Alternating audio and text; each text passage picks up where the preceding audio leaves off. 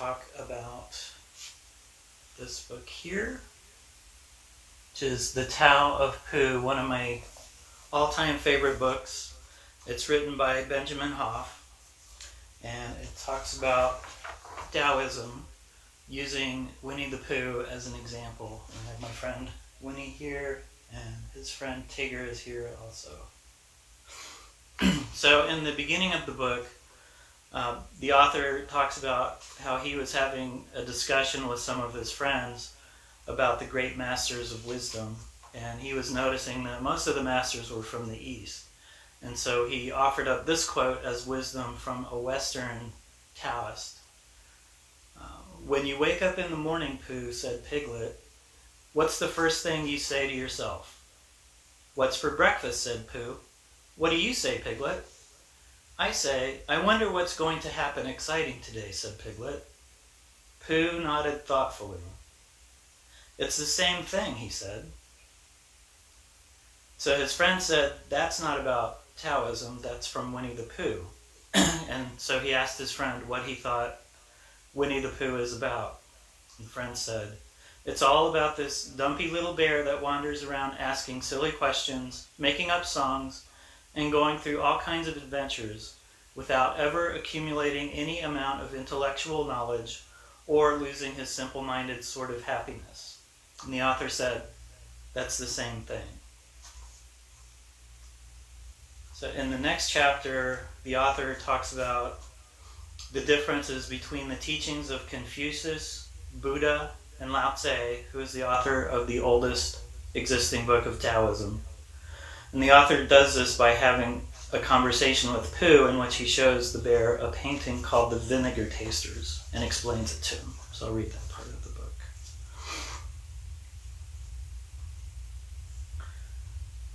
So he's describing the painting. "We see 3 men standing around a vat of vinegar. Each has dipped his finger into the vinegar and has tasted it. The expression on each man's face shows his individual reaction. But these are no ordinary vinegar tasters. These represent the 3 teachings of China, and the vinegar they're sampling represents the essence of life. The 3 masters are Confucius, Buddha, and Lao Tse, the author of the oldest existing book of Taoism. The first, Confucius, has a sour look on his face. The second, Buddha, wears a bitter expression. But the third man, Lao Tse, is smiling. To Confucius, life seemed rather sour. He believed that the present was out of step with the past, and the government of man on earth was out of harmony with the way of heaven, the government of the universe. Therefore, he emphasized reverence for the ancestors, as well as for ancient rituals and ceremonies. A saying was recorded about Confucius: "If the mat was not straight, the master would not sit." This should give an indication of the extent to which things were carried out under Confucianism. To Buddha, the second figure, life on earth was bitter, filled with attachments and desires that led to suffering. In order to find peace, the Buddhist considered it necessary to transcend the world of dust and reach nirvana. The devout Buddhist often saw the way to nirvana interrupted all the same by the bitter wind of everyday existence. To Lao Tse, the harmony that naturally exists between heaven and earth from the very beginning can be found by anyone at any time, but not by following the rules of the Confucianists. According to Lao Tse, the more man interferes with the natural balance produced and governed by the universal laws, the further away the harmony retreats into the distance. The more forcing, the more trouble. When abstract and arbitrary rules are imposed from the outside, struggle is inevitable, and only then does life become sour. To Lao Tse, the world is not a setter of traps, but a teacher of valuable lessons. Its lessons need to be learned, just as its laws need to be followed. Then all will go well. A basic principle is that the way of the universe cannot be adequately described in words, and that it would be insulting both to its unlimited power and to the intelligent human mind to attempt to do so. From the Taoist point of view, the natural result of harmonious way of living is happiness. From the Taoist point of view, sourness and bitterness come from the interfering and unappreciative mind. Life itself, when understood and utilized for what it is sweet. That's the message of the vinegar tasters. That's why Lao Tse is smiling in the painting. In the next chapter, the author explains the concept of the uncarved block, or pa. Things are at their most perfect and beautiful when they are in their original, simplest state. And Pooh, since his nature is simplicity, is a perfect example of the uncarved block.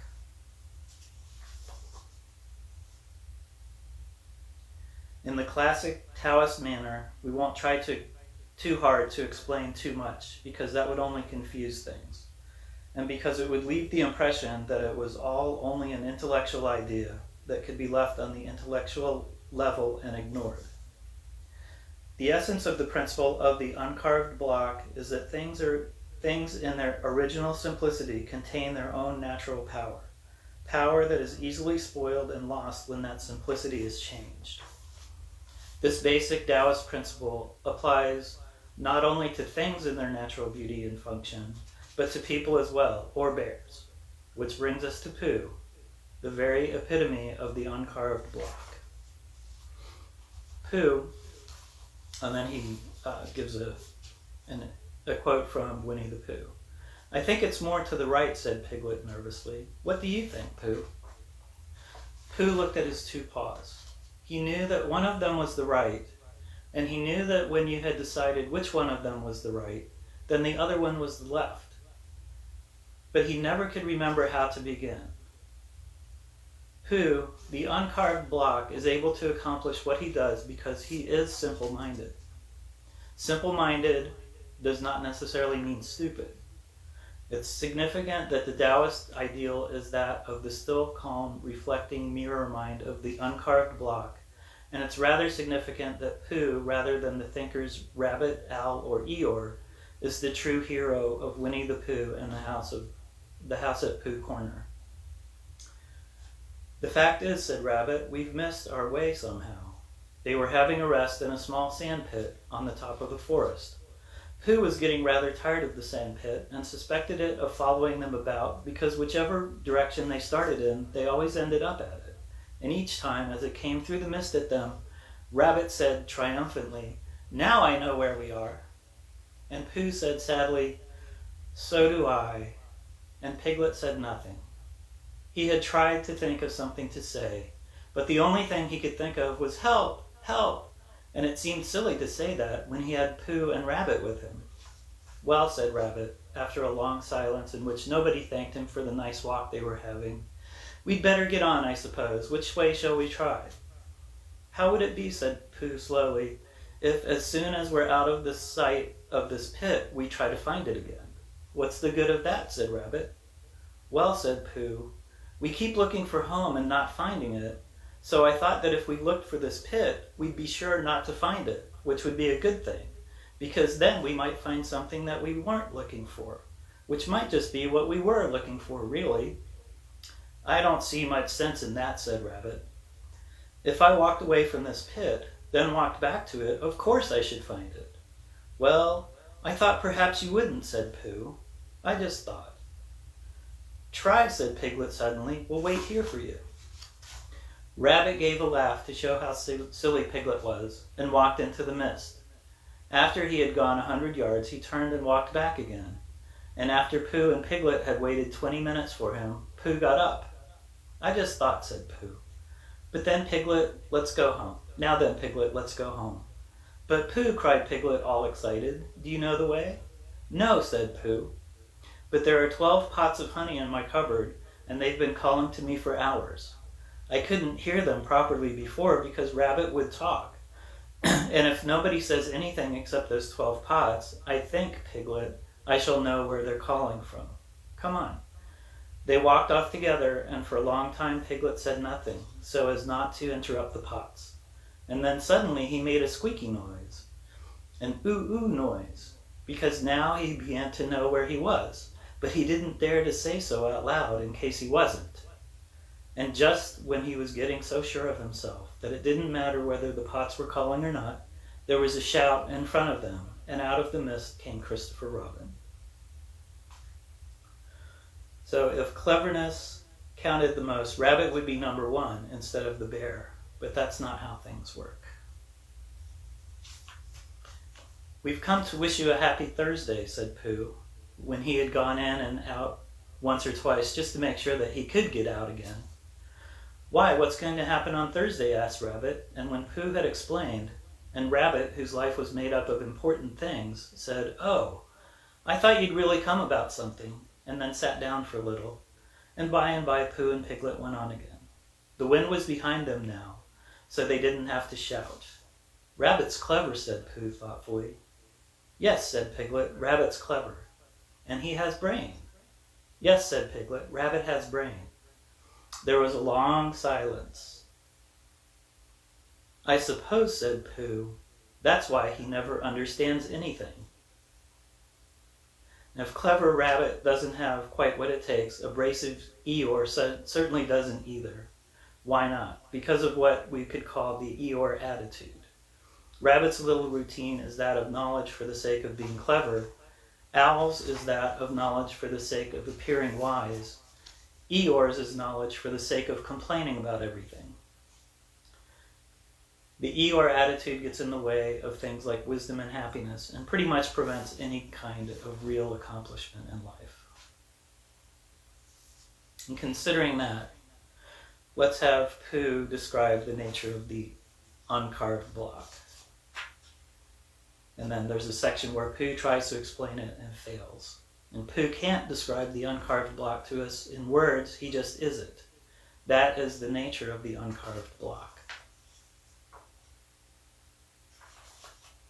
From the state of the uncarved block comes the ability to enjoy the simple and the quiet, the natural and the plain. As Piglet put it in Winnie the Pooh, "Pooh hasn't much brain, but he never comes to any harm. He does silly things, and they turn out right." And Pooh describes himself as a bear of little brain, but he's also a bear of much wisdom.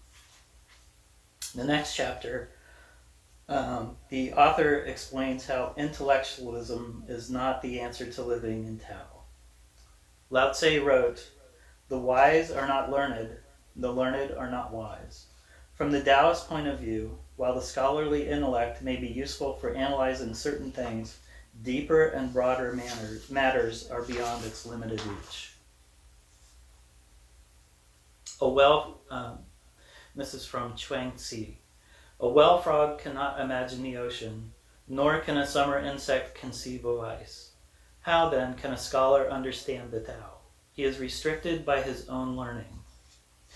It seems rather odd somehow that Taoism, the way of the whole man, the true man, is for the most part interpreted in the West by the scholarly owl, the brain, the academician, the dry-as-dust absent-minded professor. Far from reflecting the Taoist idea of wholeness and independence, this incomplete and unbalanced creature divides all kinds of abstract things into little categories and compartments, while remaining rather helpless and disorganized in his daily life. He learns intellectually and indirectly from books. And since he doesn't usually put Taoist principles into practice in an everyday sort of way, his explanations of them tend to leave out some very important details, such as how they work and where you can apply them. It goes on to tell a story of an interaction that Pooh has with Owl, where Owl is asking Pooh how he spells Tuesday. "By the way, Pooh, how do you spell Tuesday?" "Spell what?" asked Pooh. "Tuesday. You know, Monday, Tuesday." "My dear Pooh," said Owl, "everybody knows that it's spelled with a 2, T-W-O. "Is it?" asked Pooh. "Of course," said Owl. "After all, it's the second day of the week." "Oh, is that the way it works?" asked Pooh. "All right, Owl," I said. "Then what comes after Tuesday?" "Thursday," said Owl. "Owl, you're just confusing things," I said. "This is the day after Tuesday, and it's not Thursday. "Then what is it?" asked Owl. "It's today," squeaked Piglet. "My favorite day," said Pooh. One sometimes gets the impression that intimidating words are there to keep us from understanding. That way, scholars can appear superior and will not be suspected of not knowing something. But sometimes the knowledge of the scholar is a bit hard to understand because it doesn't seem to match up with our own experience of things. Knowledge and experience do not necessarily speak the same language. It seems fairly obvious to some of us that a lot of scholars need to go outside and sniff around, walk through the grass, talk to the animals, that sort of thing. One more funny thing about knowledge, that of the scholar, the scientist, or anyone else, it always wants to blame the mind of the uncarved block, what it calls ignorance, for problems that it causes itself, either directly or indirectly through its own limitations, nearsightedness, or neglect. For example, if you build your house where the wind can blow it over, then let it go to pieces while you worry about how to spell marmalade, what is likely to happen? Of course, anyone knows that. Yet when the owl's house falls down, what does he have to say about it? "Pooh," said Owl severely, "did you do that?" "No," said Pooh humbly, "I don't think so." "Then who did?" "I think it was the wind," said Piglet. "I think your house is blown down." "Oh, is that it? I thought it was Pooh." "No," said Pooh.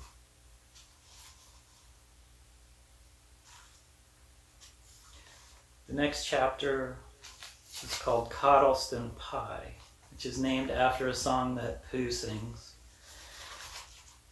And it goes, "Coddleston, Coddleston, Coddleston Pie. A fly can't bird, but a bird can fly. Ask me a riddle and I reply. Coddleston, Coddleston, Coddleston Pie. Coddleston, Coddleston, Coddleston Pie. A fish can't whistle and neither can I. Ask me a riddle and I reply. Coddleston, Coddleston, Coddleston Pie. Coddleston, Coddleston, Coddleston Pie. White as a chicken. I don't know why. Ask me a riddle and I reply. Coddleston, Coddleston, Coddleston Pie." Let's start with the first part. A fly can't bird, but a bird can fly. And yet, it's obvious, but you'd be surprised how many people violate this simple principle every day of their lives and try to fit square pegs into round holes, ignoring the clear reality that things are as they are. There's a beautiful story from Chuang Tze that illustrates this. Hui Tze said to Chuang Tze, "I have a large tree which no carpenter can cut into lumber. Its branches and trunk are crooked and tough, covered with bumps and depressions. No builder would turn his head to look at it. Your teachings are the same, useless and without value. Therefore, no one pays attention to them." "As you know," Chuang Tze replied, "a cat is very skilled at capturing its prey. Crouching low, it can leap in any direction, pursuing whatever it is after. But when its attention is focused on such things, it can easily be caught with a net. On the other hand, a huge yak is not easily caught or overcome. It stands like a stone or a cloud in the sky. But for all its strength, it cannot catch a mouse. You complain that your tree is not valuable as lumber, but you could make use of its shade it provides, rest under its sheltering branches, and stroll beneath it, admiring its character and appearance. Since it would not be endangered by an axe, what could threaten its existence? It is useless to you only because you want to make it into something else and do not use it in its proper way. In other words, everything has its own place and function.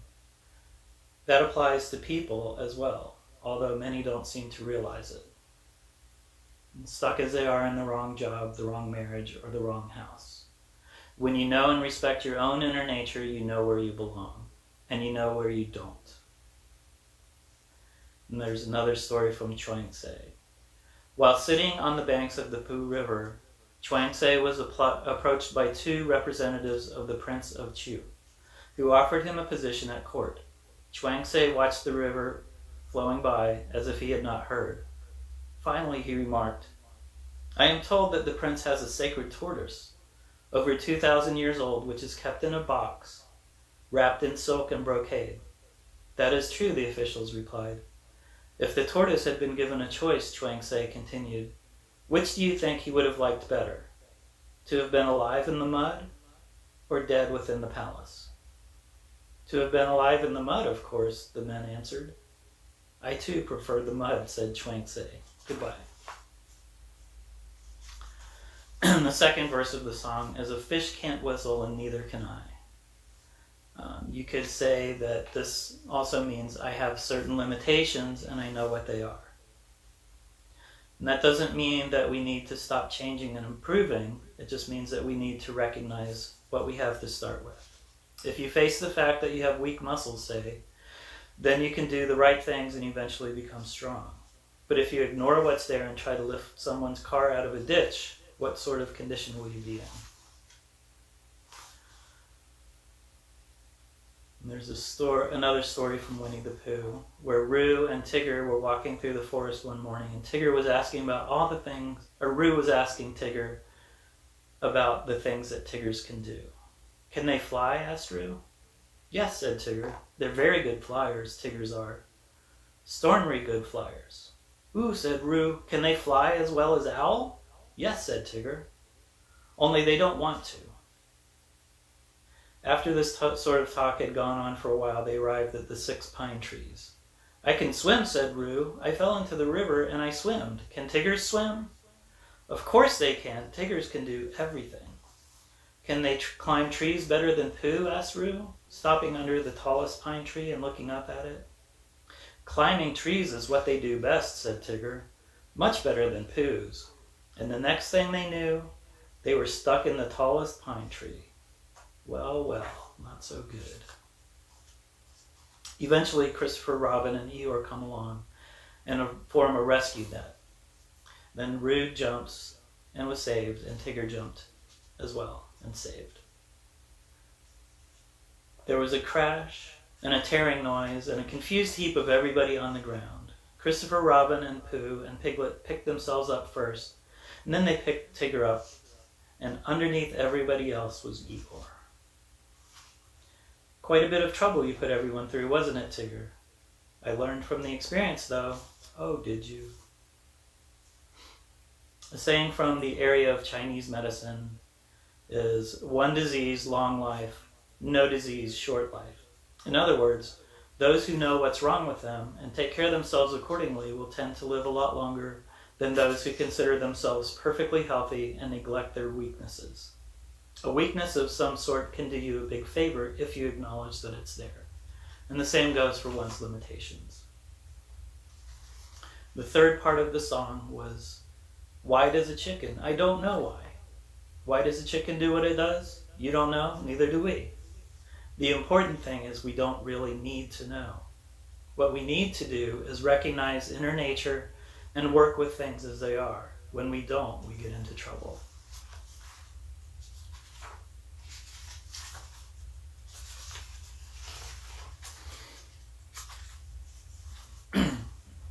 Pooh wants us to know that the words Kados and Pai are a way of saying inner nature. So if you substitute inner nature for the last line in each verse of the song, we get, ask me a riddle and I reply inner nature. The way of self-reliance starts with recognizing who we are, what we've got to work with, and what works best for us. Sooner or later, we're bound to discover some things about ourselves that we don't like. But once we see they're there, we can recognize what we want to do with them. Do we want to get rid of them completely, change them into other things, or use them in beneficial ways? Instead of struggling to erase what are referred to as negative emotions, we can learn to use them in positive ways. We could describe that principle like this. While pounding on the piano keys may produce noise, removing them doesn't exactly further the creation of music. The principles of music and living aren't all that different. So we need to learn to appreciate everything. Quite often, the easiest way to get rid of a minus is to change it into a plus. Sometimes you will find that characteristics you try hard to eliminate eventually come back anyway. But if you do the right things, they will come back in the right ways.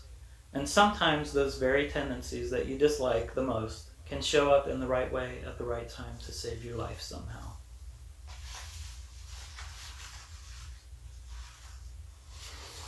In the story of the ugly duckling, when did the ugly duckling stop feeling ugly? When he realized he was a swan. Each of us has something special, a swan of some sort, hidden inside somewhere. But until we recognize that it's there, what can we do but splash around treading water? The first thing we need to recognize and trust is our own inner nature and not lose sight of it. For within the ugly duckling is the swan. Inside the bouncing tigger is the rescuer who knows the way. And in each of us is something special. And that we need to keep. The next chapter is called The Pooh Way.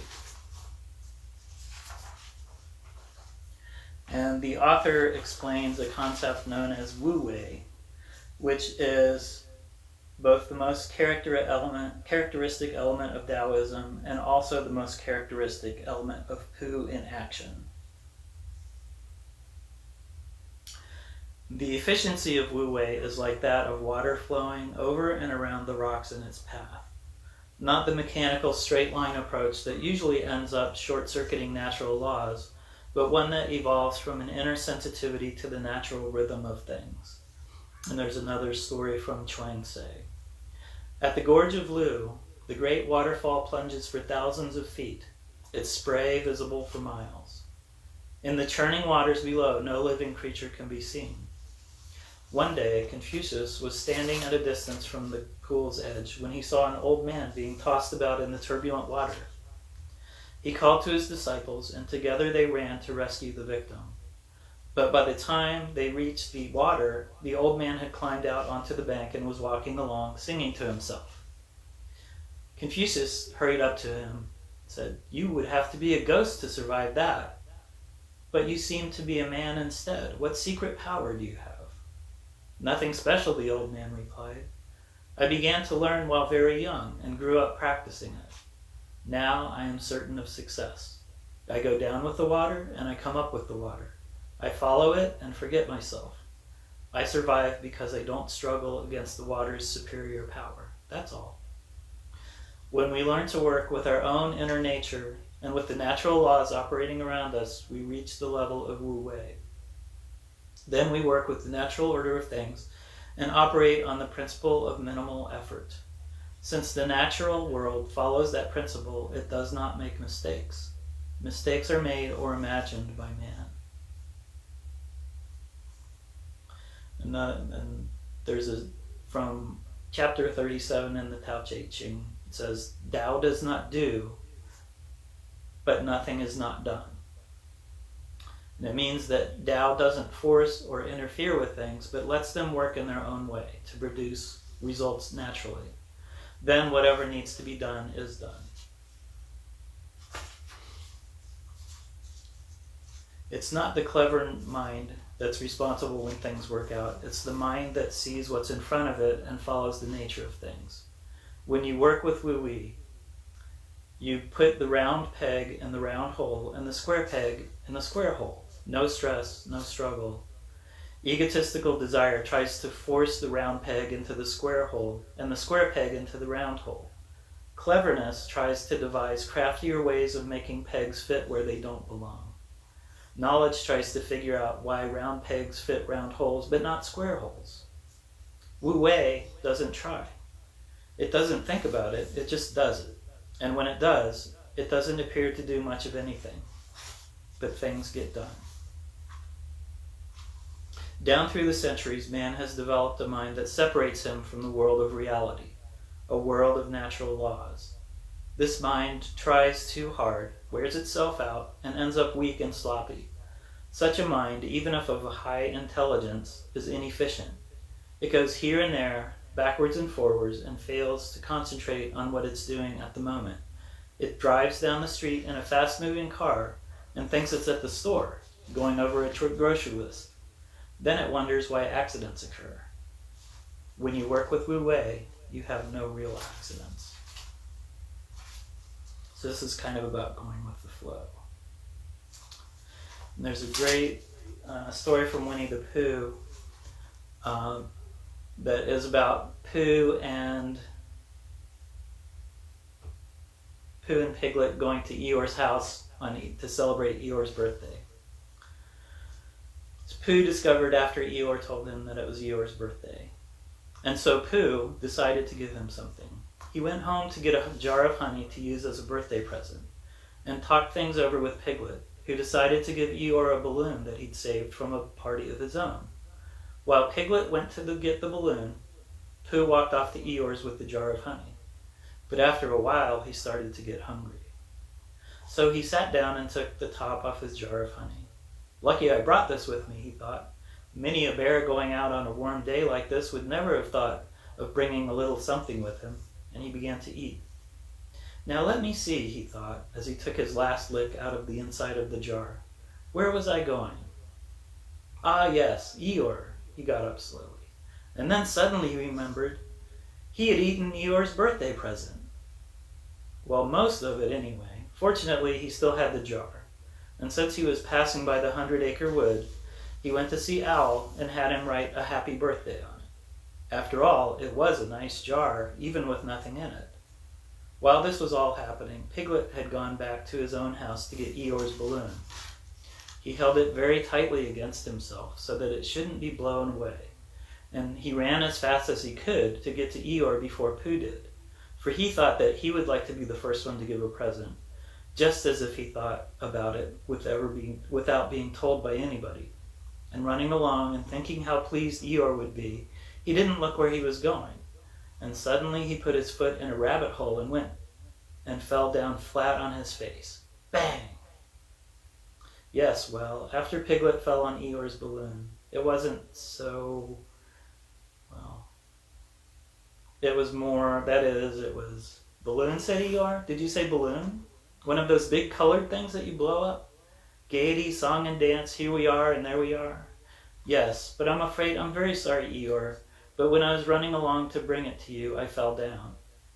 Oh dear, how unlucky. You ran too fast, I expect. You didn't hurt yourself, little Piglet. No, but oh Eeyore, I burst the balloon. There was a very long silence. My balloon, said Eeyore at last. Piglet nodded. My birthday balloon? Yes, Eeyore, and Piglet sniffing a little. Here it is, with many happy returns of the day. And he gave Eeyore the small piece of rag. Is this it? Said Eeyore, a little surprised. Piglet nodded. My present? Piglet nodded again. The balloon? And just then Pooh arrived. I've brought you a little present, said Pooh excitedly. I've had it, said Eeyore. Pooh had now splashed across the stream to Eeyore, and Piglet was sitting a little way off, his head in his paws, snuffling to himself. It's a very useful pot, said Pooh. Here it is, and it's got a very happy birthday with love from Pooh written on it. That's what all that writing is, and it's for putting things in there. And then Eeyore discovered since the balloon was no longer as big as Piglet, it could easily be put away in the useful pot and taken out whenever it was needed, which certainly can't be done with the typical unmanageable balloon. I'm very glad, said Pooh happily, that I thought of giving you a useful pot to put things in. I'm very glad, said Piglet happily, that I thought of giving you something to put in a useful pot. But Eeyore wasn't listening. He was taking the balloon out and putting it back in, as happy as could be. So it all worked out. And the words of Chuang say, the mind of Wu Wei flows like water, reflects like a mirror, and responds like an echo. Just like Pooh. Using Wu Wei, you go by circumstances and listen to your own intuition. This is all. And in the next chapter is called Busy Baxen. And that is based on a story where Christopher Robin had left his house and left a sign up that said, "Gone out, Baxen, busy Baxen." Rabbit didn't know what a Baxen was, in spite of the fact that he is one. So he went to ask Owl, and Owl didn't know either. But we think we know, and we think a lot of other people know too. So the author uses the term busy Baxen to describe a person, or to illustrate what happens when we get caught up in the business of life with always trying to do something else to get to the next better thing, and we don't let things flow as natural. He describes the dangers of living a lifestyle where we're always looking for something else to make us happy, sacrificing enjoyment of the now for the promise of a big reward later. And he describes them like this. You see them almost everywhere you go, it seems. On practically any sunny sort of day, you can see the Baxens stampeding through the park, making all kinds of loud breathing noises. Perhaps you're enjoying a picnic on the grass when you suddenly look up to find that one or two of them just ran over your lunch. Generally, though, you're safe around trees and grass, as Baxens tend to avoid them. They prefer instead to struggle along on asphalt and concrete in imitation of the short-lived transportation machines for which those hard surfaces were designed. The Baxens blabber away to each other about how much better they feel now that they've gotten outdoors. Natural living, they call it. The busy Baxen is almost desperately active. If you ask him what his life interests are, he'll give you a list of physical activities. Skydiving, tennis, jogging, racquetball, skiing, swimming, and water skiing. The athletic sort of Baxen is concerned with physical fitness, he says, but for some reason he sees it as something that has to be pounded in from the outside rather than built up from the inside. If you want to be healthy, relaxed, and contented, just watch what a busy Baxen does, and then do the opposite. There's one now, pacing back and forth, jingling the loose coins in his pocket, nervously glancing at his watch. He makes you feel tired just looking at him. The chronic Baxen always seems to have to be going somewhere, at least on a superficial physical level. He doesn't go for a walk, though. He doesn't have time. The busy Baxen is always going somewhere he hasn't been, anywhere but where he is. He's looking for a reward, perhaps. Our busy Baxen religions, science, and business ethics have tried their hardest to convince us that there's a great reward waiting for us somewhere. And that's what we have, and what we have to do is spend our lives working like lunatics to catch up with it. It's a way of life that keeps saying, around the next corner, above the next step. And that works against the natural order of things and makes it so difficult to be happy and good that only a few get to where they would naturally have been in the first place, happy and good, and the rest give up and fall by the side of the road, cursing the world, which is not to blame, but is there to help show the way. He goes on to talk about the Puritans. The Puritans practically worked themselves to death in the fields without getting much of anything in return for their tremendous efforts. They were actually starving until the wiser inhabitants of the land showed them a few things about working in harmony with the earth's rhythms. Now you plant, now you relax, now you work the soil, now you leave it alone. The Puritans never really understood the second half, never really believed in it. And so after 2 or 3 centuries of pushing the once fertile earth, and a few years of depleting its energy still further with synthetic stimulants, we have apples that taste like cardboard, oranges that taste like tennis balls, and pears that taste like sweetened styrofoam. All products of soil that is not allowed to relax. We're not supposed to complain, but there it is. There's another story about Pooh. Say, Pooh, why aren't you busy? I said. Because it's a nice day, said Pooh. Yes, but why ruin it? He said. But you could be doing something important, I said. I am, said Pooh. Oh, doing what? Listening, he said. Listening to what? To the birds and that squirrel over there. What are they saying? I asked. That it's a nice day, said Pooh. But you know that already, I said. Yes, but it's always good to hear that somebody else thinks so too.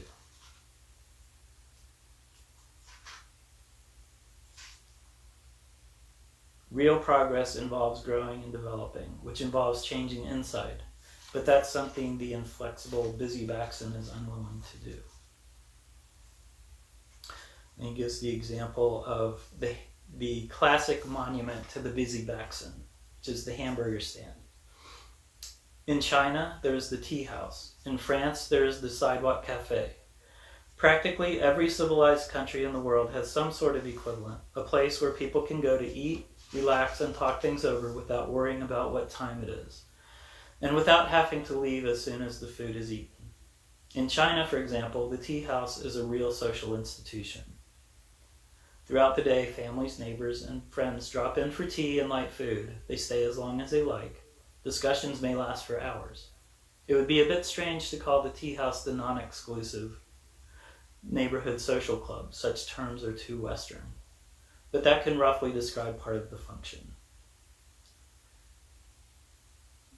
One of the message of the tea house is, you're important, relax, and enjoy yourself. But what's the message of the hamburger stand, the fast food restaurant? Quite obviously, it's you don't count, hurry up. Not only that, but as everyone knows by now, the horrible hamburger stand is an insult to the customer's health as well. Unfortunately, this is not the only example supported by the saving time mentality. We could also list the supermarket, the microwave oven, the nuclear power plant, poisonous chemicals.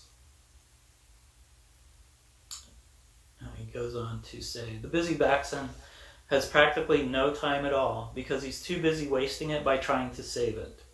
And by trying to save it, he ends up wasting the whole thing. Henry David Thoreau put it this way in Walden. Why should we live with such hurry and waste of life? We are determined to be starved before we are hungry. Men say that a stitch in time saves 9, and so they take 1,000 stitches today to save 9 tomorrow.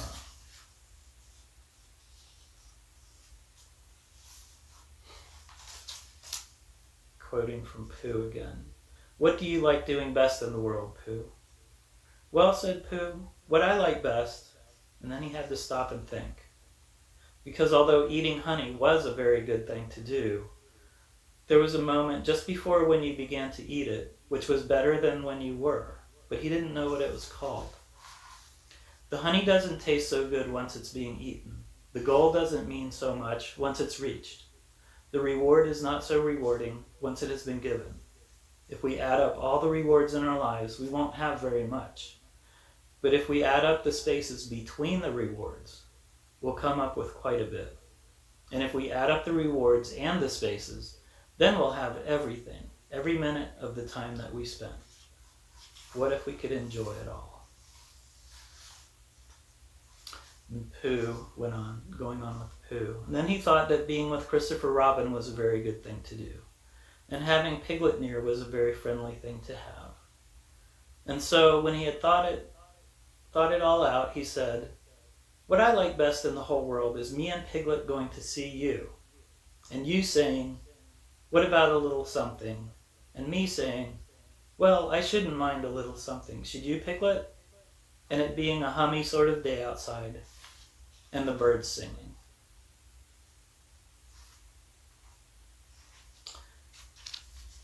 The next chapter is called That Sort of Bear.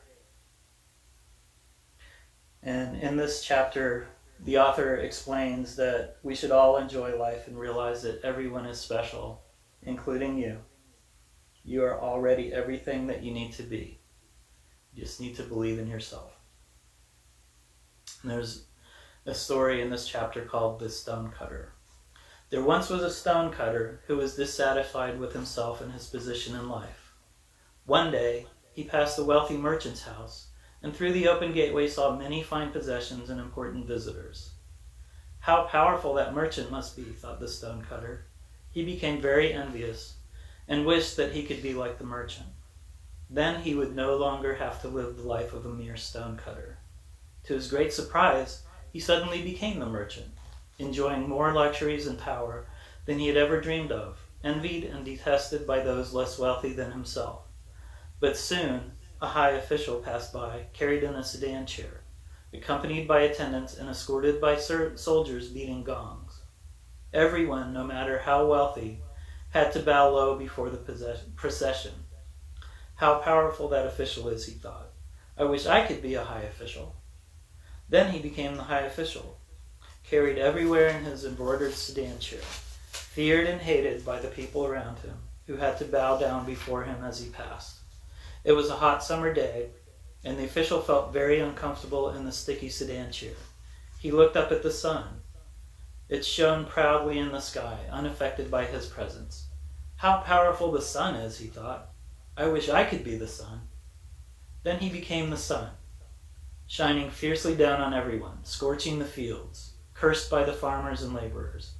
But a huge black cloud moved between him and the earth, so that his light could no longer shine on everything below. How powerful that storm cloud is, he thought. I wish I could be a cloud. And then he became the cloud, flooding the fields and villages, shouted at by everyone. But soon he found that he was being pushed away by some great force and realized it was the wind. How powerful it is, he thought. I wish I could be the wind. Then he became the wind, blowing tiles off the roofs of houses, uprooting trees, hated and feared by all below him. But after a while, he ran up against something that would not move, no matter how forcefully he blew against it. A huge, towering stone. How powerful that stone is, he thought. I wish I could be that stone. Then he became the stone, more powerful than anything else on earth. But as he stood there, he heard the sound of a hammer pounding a chisel into the solid rock, and felt himself being changed. What could be more powerful than I, the stone, he thought. He looked down and saw far below him the figure of a stone cutter.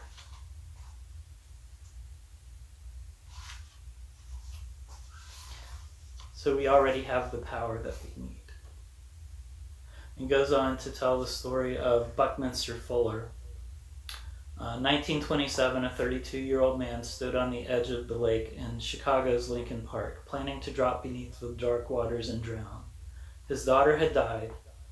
His company had gone bankrupt. His reputation had been ruined, and he was becoming an alcoholic. Looking into the lake, he asked himself what one small man in his position could possibly do. Then an answer came to him.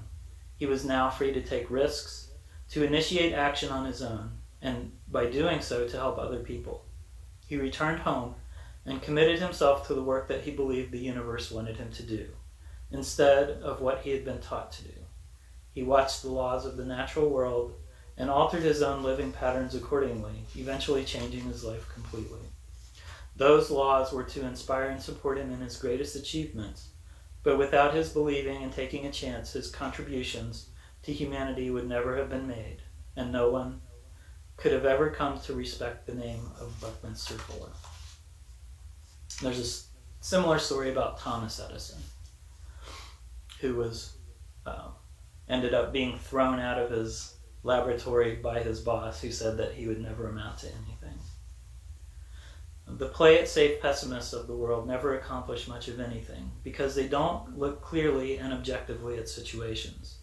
They don't recognize or believe in their own abilities, and they won't stretch those abilities to overcome even the smallest of risk.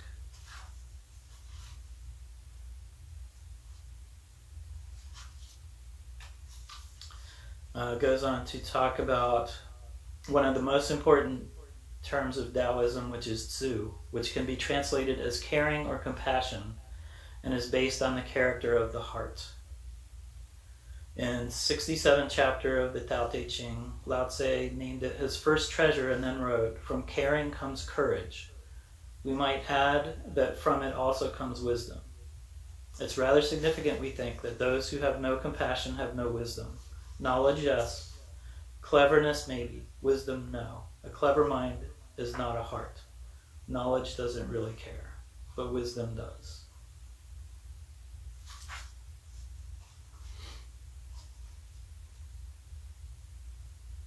And then there's a song, another song from Pooh called "The More It Snows," or it's called "Tiddly Palm." The more it snows, tiddly palm. The more it goes, tiddly palm. The more it goes, tiddly palm, on snowing. It's sometimes referred to as the snowball effect, which can remind you of the time you pushed that little ball of snow. And it got bigger and bigger until it got so big you couldn't stop it. And it rolled all the way down the hill and flattened the neighbor's car. And soon everyone was talking about the huge snowball that you let get completely out of control. Now the principle can work negatively or positively. It can promote cynicism as easily as it can encourage hope. It can build hardened criminals or courageous heroes, stupid vandals, or brilliant creators. The most important thing is to make it work for you and for the benefit of others, or face the ugly consequences. Working with this principle, you use respect to build respect. The more it snows, the more it goes. Do you want to be really happy? You can begin by being appreciative of who you are and what you have. Do you want to be really miserable? You can begin by being discontented. As Lao Tse wrote, a tree as big around as you can reach starts with a small seed. A 1,000-mile journey starts with one step. Wisdom, happiness, and courage are not waiting somewhere out beyond sight at the end of a straight line. They're part of a continuous cycle that begins right here. They're not only the ending, but the beginning as well. The next chapter is called Nowhere and Nothing. I love this chapter. Where are you going, said Pooh, hurrying after him, and wondering whether it was to be an explorer or what shall I do about you-know-what. Nowhere, said Christopher Robin. So they began going there, and after they had walked a little way, Christopher Robin said, what do you like doing best in the world, Pooh? And of course, what Pooh liked